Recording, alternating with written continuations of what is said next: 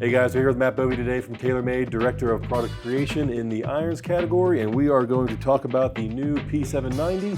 And for better or worse, they let me on the other side of the launch monitor today, so I'm actually going to hit a few shots, and Matt's going to tell us all the cool things about 790s.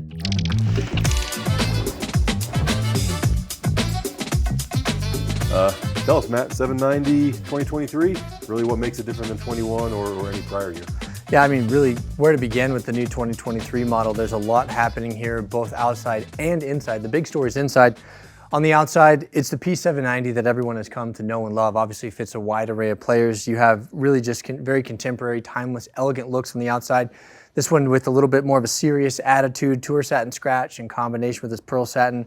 And then of course, it's got the player-inspired shaping when you take a look at that from a dress. So it's taking off all the visual cues from like those better products like an MB or an MC. We've increased that blade length and we know where 790 sits to make it a little bit more forgiving, and it's forged hollow body construction first and foremost. That allows us to really build in some face speed, a lot of forgiveness, and a whole lot of technology inside for 2023, which we're going to get into. Yeah, I think that's an awesome point you make with all the 790s, but as we'll talk about here with the new generation, is a lot of technology, but still in a really tour caliber looking package. So when you put it down, again, it's a pretty overall compact look, compared to some other models that might be on the market. And I do really like the new finish where we were satin, I guess, in prior years, but just a slight spin on the old look, which then just to me personally, I like the aesthetics though when you do put it down. Yeah, awesome. Love hearing that. So again, we talked about the inside, right? The whole concept, Mom always said it, beauty's only skin deep. It's what's inside that counts, that sort of thing. That is truly the case with the new 790. And the forged hollow body construction has always allowed us to hide the technology inside. So you got clean look on the outside, performance on the inside. But this new version in 2023 takes it to the whole new level. Every iron has been individually designed, not just from a face perspective, but also from how we distribute the mass inside the club head. So if we were talking to players and we said, okay, like if you ask any player out there, what's your most difficult iron to hit? What are they gonna tell you? Some kind of long iron. Right? Probably one they probably shouldn't have in the bag, but it'll be a long iron. Exactly, it'll be a long iron because it's harder to launch in the air consistently. So we want to design a 4-iron differently than we design a 7-iron or a pitching wedge. And most importantly, we want to get that center of gravity as low as we possibly can in the long irons to make them easier to launch, more forgiving, and more consistent. And then as we work through the set, we want that center of gravity to actually start to creep up. So you go from the lowest CG in your long irons, works a little bit higher as you work through the set, and you get to the pitching wedge that you have there, where we want that CG high, so we're controlling the flight, we're controlling spin, and really that's where we get to this concept called flighted CG. It's a design methodology that's new for the 2023 model. None of the previous 790s had this, but we've carved out all the mass to put it exactly where you need it as a golfer, so that club performs the way that it should. And then we've got a few cutaways over there. I'm holding a pitching wedge. Do you have a cutaway of a pitching wedge? Maybe we'll start with a lower iron that's maybe the least impressive of the bunch. Let me maybe put a couple out there as well. Yeah, sure. So what I'm holding right now is the pitching wedge, forged hollow body construction. So what you see inside here, again, hollow cavity, you got a lot of mass distributed in this, and we want that center of gravity to be high because we want the spin rate and the launch angle to hit a certain window. So obviously, if you're coming into greens and you're trying to attack pins, you want a good amount of spin. And yeah, I think just to your point, solid feel for what is a hollow-bodied iron, and like we saw then in the pitching wedge head, there's the cool story that you're going to tell. We don't really maybe see it as apparent in the pitching wedge. Once we get into the other irons, we're going to see it a little bit more. But put maybe one more wedge in the mix. But what I've always been impressed when it comes to the 790s is, again, it's a hollow-bodied club. It just doesn't feel like it. Regardless of which one you're hitting, it feels like a one-piece construction. Standing here, that sounds incredible. Mm-hmm. Feels awesome. We looked at the launch and spin numbers there. Your last one was just over 8,000. This one, the 7,300 range. Your descent angle is at 52. That's plenty of spin to be able to stop this on a green, no problem. And that's exactly what we want to see. We don't want things to be launching too high. And we want a good spin rate, and we want to control that descent angle. So now, as you mentioned, let's step over here into the 7-iron, maybe this guy. So the 7-iron is right. We want, again, this is a club that you want a lot of accuracy with, you want consistency with. Again, we want to be able to attack pins, hold greens, but we want to make it as stable as possible. So I'm going to grab a 7-iron here.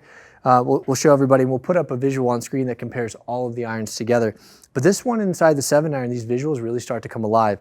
So you got the thick, thin back wall construction, heel toe weighting here. Again, you want a high level of forgiveness. These have a higher level of stability, higher MOI, and you see this large tungsten weight out here in the toe.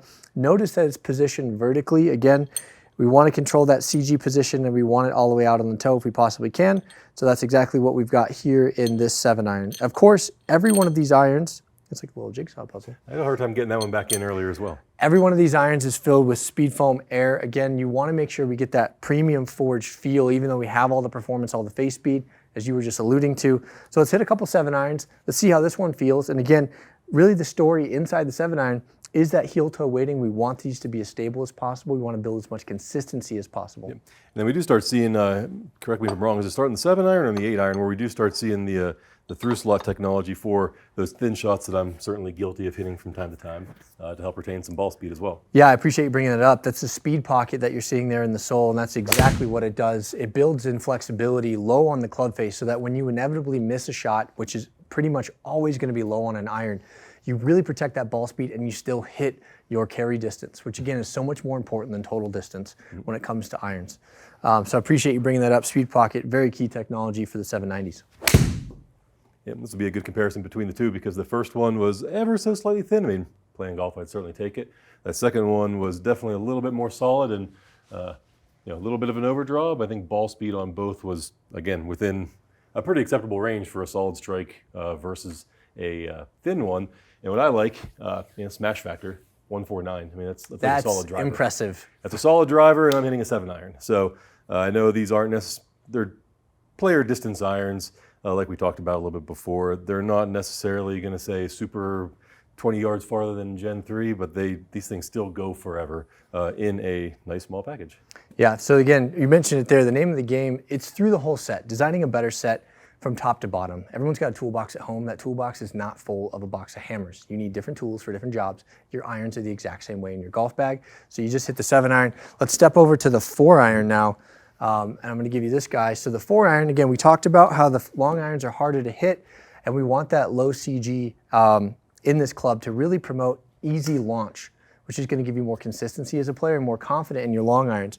So if we pull up a 4-iron here, and I just hold this and we take a look through it, you can see that the internal structure inside this cavity has completely changed. We're promoting, again, you focus on that low center of gravity. We still have a tungsten weight. Now it's laid down horizontally. And again, everything's filled with speed foam here, but you see that thick, thin construction on the top. It allows us to harvest mass from high in the club head and shift it to where we want it. In the case of a 4-iron, that is low.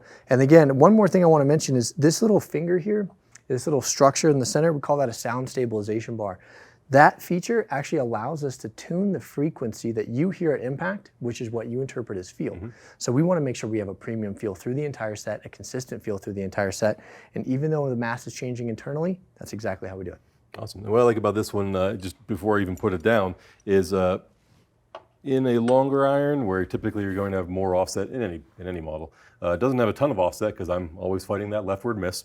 And then same idea when I put it down, again, it just doesn't look like the face is sitting way back behind the shaft. So again, my tendency is always to go a little bit too far left, so I do like the aesthetics of that. And then it doesn't matter who you are, I think having some help getting a long iron in the air is always great. So definitely going to have probably a little extra draw on that guy. Yeah. Doesn't matter how much onset we have. That one was drawn. I don't know if a DG 105 is a shaft for you with the 250 4-iron. Let's hit one with the face a little bit straighter. That was a little better struck, and again, should be a little straighter ball flight overall. So I'd say that is a pretty common miss that I'm tending to fight, but if I'm playing, again, with a 4-iron all day, I'm pretty happy with the result of just the directional piece and, again, plenty of carry to get around the course.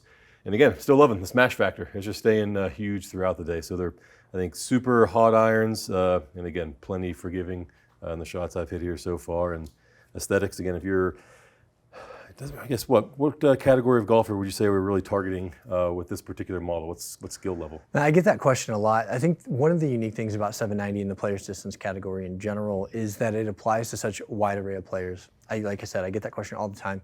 Honestly, it drives me nuts because, like, We had Brooke Henderson win on the LPGA Tour earlier in 2023 with a full set of 790s. I personally know +6 players at courses that are playing 790s, but it goes all the way up to, I'm sure you guys fit and teach in the 20 handicap range, reaching for a 790. So it's great. The consistency allows you to have that wide of players.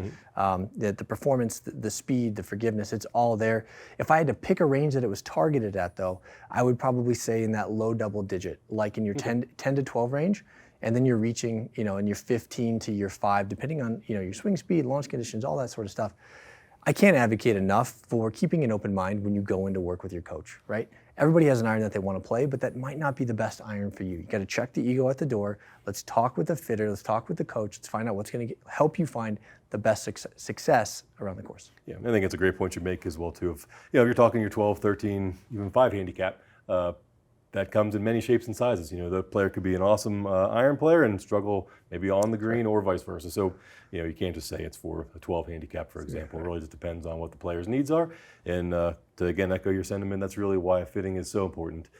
Get with your coach, get with your fitter, test out some product, and make sure, again, if you're making the investment financially, make that time investment in there as well, too, to make sure that the equipment that you are getting is what you need. Absolutely. So I think and the 790, I think, is going to be the club for many golfers this year. I think you definitely owe it to yourself to at least put it in the mix and try it out. I think you're definitely going to win a lot of people over with it. Awesome. Love it. Well, Matt, appreciate you joining us today. Anytime. And again, if Anytime. you do have questions where you can check out P790, jump onto golftec.com and schedule a fitting with a coach near you.